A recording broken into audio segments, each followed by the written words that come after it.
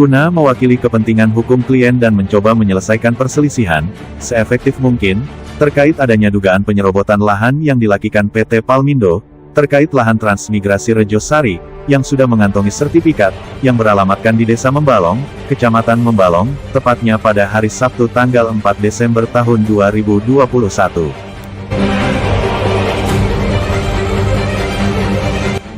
Lembaga Bantuan Hukum, Keadilan dan Kesetaraan Hukum. Dr. Walim SH, MH, CLA, CMI, CLI, dan Supri Yanti SH, menggelar pertemuan pada segenap 27 orang warga transmigrasi Rejosari.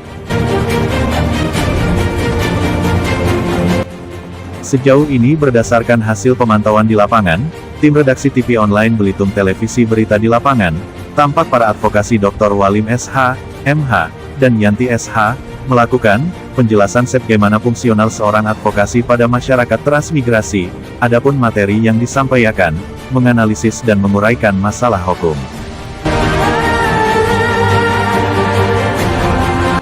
Menjelaskan aturan dalam hukum, penataan hukum yang sistematis menganalisis dan mengidentifikasi masalah sistematis. Menafsirkan dan atau menegakkan hukum dan peraturan saat ini atau menyusun aturan baru untuk situasi di mana belum ada undang-undang dan peraturan yang dibuat. Mendefinisikan, membuat dan menggunakan konsep hukum, elaborasi dan penggunaan penghargaan, penilaian, klasifikasi dan teori. Turunkan prinsip-prinsip dalam hukum peradilan. Di sisi lain mereka juga berupaya mengkonsep untuk memutuskan atau menyelesaikan perselisihan antara pihak yang berlawanan. Memberikan informasi tentang sistem hukum atau masalah hukum lainnya melalui media dan atau pidato publik. Menganalisis, mempelajari dan mendeskripsikan fakta dan peristiwa. Mendebat atau menentang resolusi, interpretasi, bukti dapat diterima, dan lain-lain. Terlebih dari itu para advokasi juga menjelaskan, mencerminkan nilai-nilai hukum, fakta dan bukti, meneruskan putusan, pendapat, menasihati pengacara dan hakim, dan lain-lain. Memprediksi apa yang bisa dilakukan juri.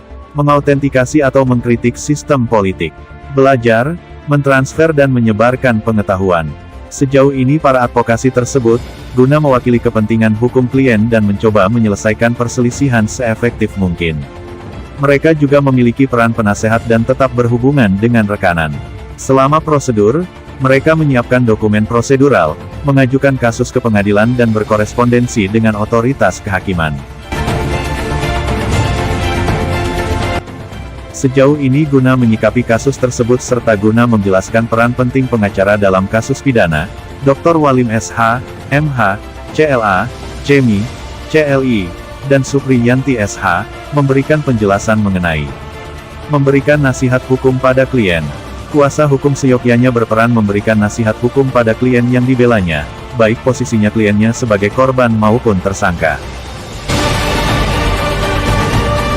Nasihat hukum ini diberikan oleh kuasa hukum pada kliennya, dalam rangka untuk menjauhkan klien yang diberikannya perlindungan hukum tersebut dari konflik yang mungkin terjadi. Pemberian nasihat hukum ini terutama sekali diperlukan karena klien yang didampingi sama sekali tak memahami ketentuan hukum atas kasus pidana yang terjadi. Dengan adanya pendampingan dari kuasa hukum, maka klien akan bisa melewati tahapan demi tahapan dalam proses hukum yang dijalaninya dengan lancar. Memberikan pembelaan pada klien, saat kasus pidana sudah memasuki tahap beracara di pengadilan atau lembaga pengadilan, kuasa hukum mengemban peran sebagai pembela kepentingan kliennya. Dalam beracara di pengadilan ini, kuasa hukum akan mengajukan fakta dan pertimbangan yang ada sangkut dan pautnya dengan klien yang dibelanya. Adapun guna dari pengajuan pembelaan ini adalah agar hakim bisa memberikan putusan yang seadil-adilnya atas kasus pidana yang terjadi. Dalam sebuah kasus pembunuhan misalnya, kuasa hukum yang mendampingi keluarga korban tentu mengusahakan agar terdakwa mendapatkan hukuman sepantasnya sesuai dengan aturan yang berlaku. Menjadi negosiator sebagai bentuk pendampingan hukum. Kuasa hukum yang telah ditunjuk untuk mendampingi kliennya, juga mengemban peran sebagai seorang negosiator. Kuasa hukum akan melakukan negosiasi dalam hal perselisihan yang timbul dalam permasalahan hukum yang dihadapi oleh kliennya terkait dengan hukum pidana. Dengan begini, penyelesaian kasus pidana yang terjadi tak akan makin jadi runyam situasinya. Mencegah terjadinya perlakukan semena-mena pada klien. Peran kuasa hukum dalam pendampingan dalam kasus pidana juga berupa pencegahan atas kemungkinan terjadinya perlakukan yang semena-mena pada klien. Perlakuan yang semena-mena ini mencakup perlakukan yang dilakukan tanpa memikirkan ketentuan hukum. Perlakuan seperti ini bisa saja diterima klien dari pihak lawan bahkan oknum penegak hukum lainnya yang menyimpang. Menjadi mediator dalam kasus pidana yang terjadi. Tak hanya menjadi negosiator, kuasa hukum pun bisa jadi mediator antara kliennya dan pihak lawan. Dengan adanya sosok yang menjadi penengah dalam konflik yang terjadi, maka bisa perdamaian terjadi antara dua pihak yang terlibat dalam kasus pidana tersebut. Peran kuasa hukum sebagai seorang negosiator tentu saja bisa terjadi, jika kliennya telah menyetujuinya terlebih dahulu. Mengikuti jalannya pemeriksaan atas klien. Peran kuasa hukum dalam pendampingan dalam kasus pidana selanjutnya adalah mengikuti jalannya pemeriksaan, dengan cara melihat serta mendengar pemeriksaan atas kliennya. Peran kuasa hukum yang satu ini dilakukan saat proses penyidikan sedang berlangsung.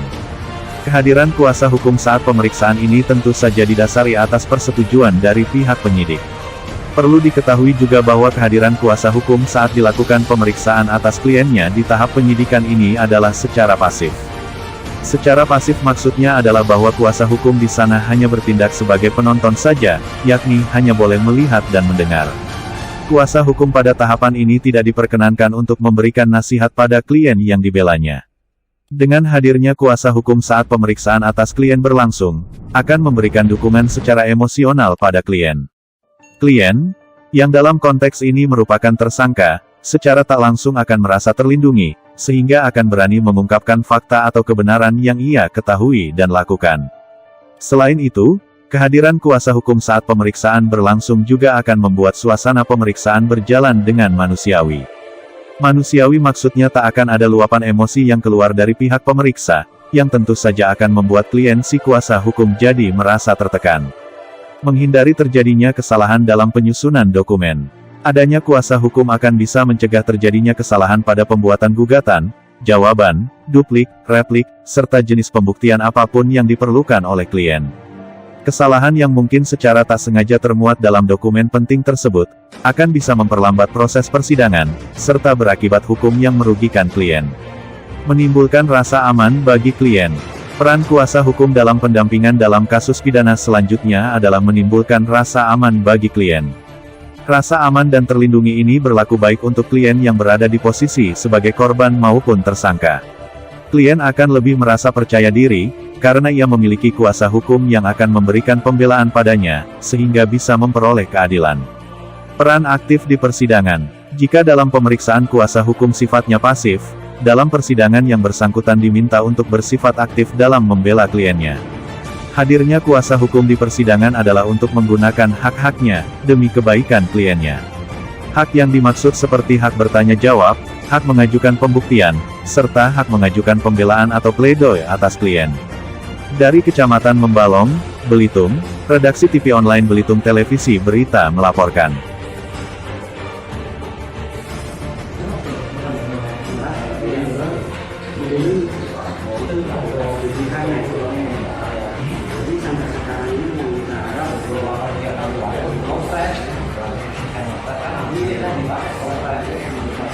Nanti dulu Pak, sebelum Bapak kesini, terus atas program ini apa yang dikasih ke Bapak? Misalkan lahan, ini itu Bapak cerita dulu dong. Nah itu loh, dikasih apa sama pemerintah? Apa saja?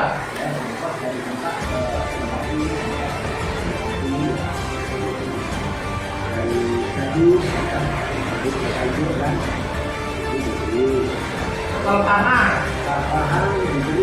seluas berapa Pak? Lahan itu tanah lanjutnya hanya 2 hektar Pak.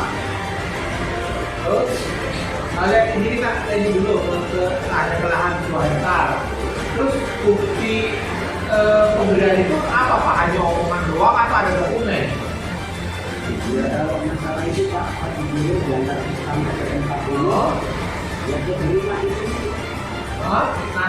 Anda, oke, bagian di sini itu kenapa Pak? Dulu ya ada fasilitas di rumah kan. Kalau tanah itu ada petanya Pak. Misalnya pekarangan Pak Dio nomor sekian. Nah itu sekarang buktinya ada nggak? Ini kan peta-petanya itu yang Apa aja ya? Apanya?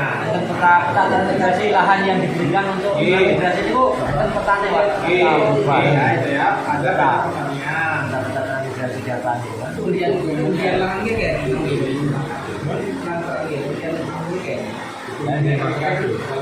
Nanti justru nanti. Terus Pak Mansur setelah Pak Dio